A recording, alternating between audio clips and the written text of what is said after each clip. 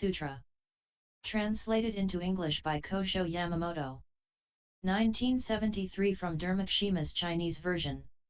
Chapter 11, on the Four Inversions. The Buddha said to Kasyapa, we speak of the four inversions. Inversion is spoken of when we entertain the idea of suffering where there is no suffering. Non-suffering is the Tathagata. The idea of suffering arises when a person thinks that all Tathagatas are non-eternal and that they change.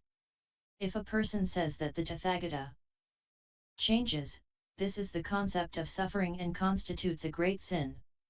If a person says that the Tathagata relinquishes this body of suffering and enters Nirvana, and that this is like fuel being all burned up, as a result of which the fire dies out, this is having the idea of suffering vis-a-vis non-suffering. This is an inversion of the truth. A person might say, saying that the Tathagata is eternal is a self-centered view. From this self-centered view arise innumerable sins. Thus, one should say that the Tathagata is non-eternal, and by saying this I shall gain bliss. The Tathagatas being non-eternal would entail suffering. If there is suffering, how could one expect to find bliss therein? When the idea of bliss occurs in such a connection, we say inversion. This is said because the thought of suffering arises in what truly is bliss. Bliss is the Tathagata. Suffering is the non-eternal of the Tathagata. If a person says that the Tathagata is non-eternal, this is a thought of suffering in bliss. The Tathagatas being eternal is bliss. If I say that the Tathagata is eternal, how can I enter Nirvana? If I say that the Tathagata is non-suffering, how could I cast away my body and enter Nirvana? When a person has the thought of suffering in bliss, we say that this is an inversion. This is the first inversion.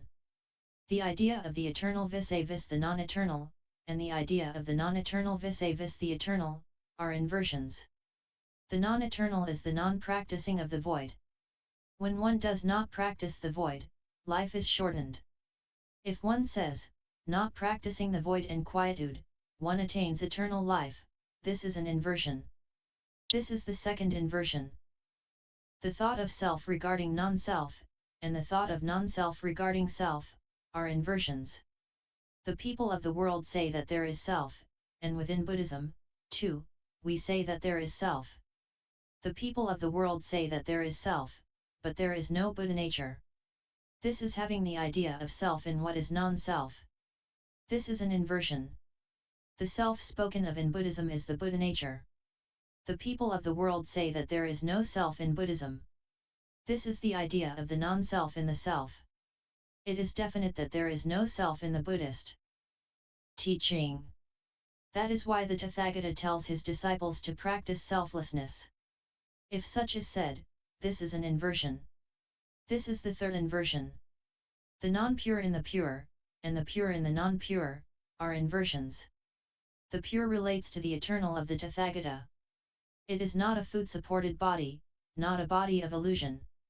It is not a carnal body, not a body made up of sinews and bones.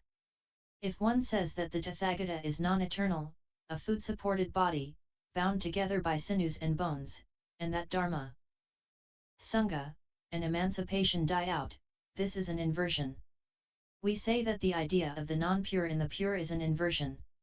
A person might say that there is not a whit of what is non-pure in his mind, that as there is not a single thing that is not pure, he gets into a place which is pure, and that as the person practices the meditation of the non-pure which the Tathagata spoke about, whatever was said above must be false.